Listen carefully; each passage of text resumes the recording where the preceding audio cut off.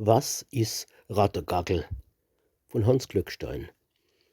So 'n Weih, wo beim erste schluckt sich zu Essig wird, de ganze spuckt sich, dass als beino ganz gewiss G'fiel dennoch im Mache is, als wär dort drin Fußgetrampel,